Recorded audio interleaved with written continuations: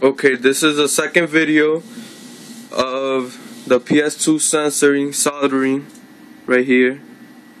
As in the first video, I didn't show that it really worked, so here it goes.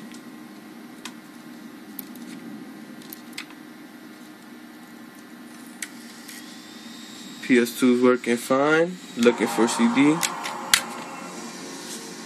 As you can see, PlayStation 2 loaded.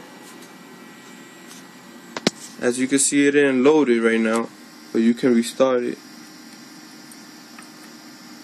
Give me a second.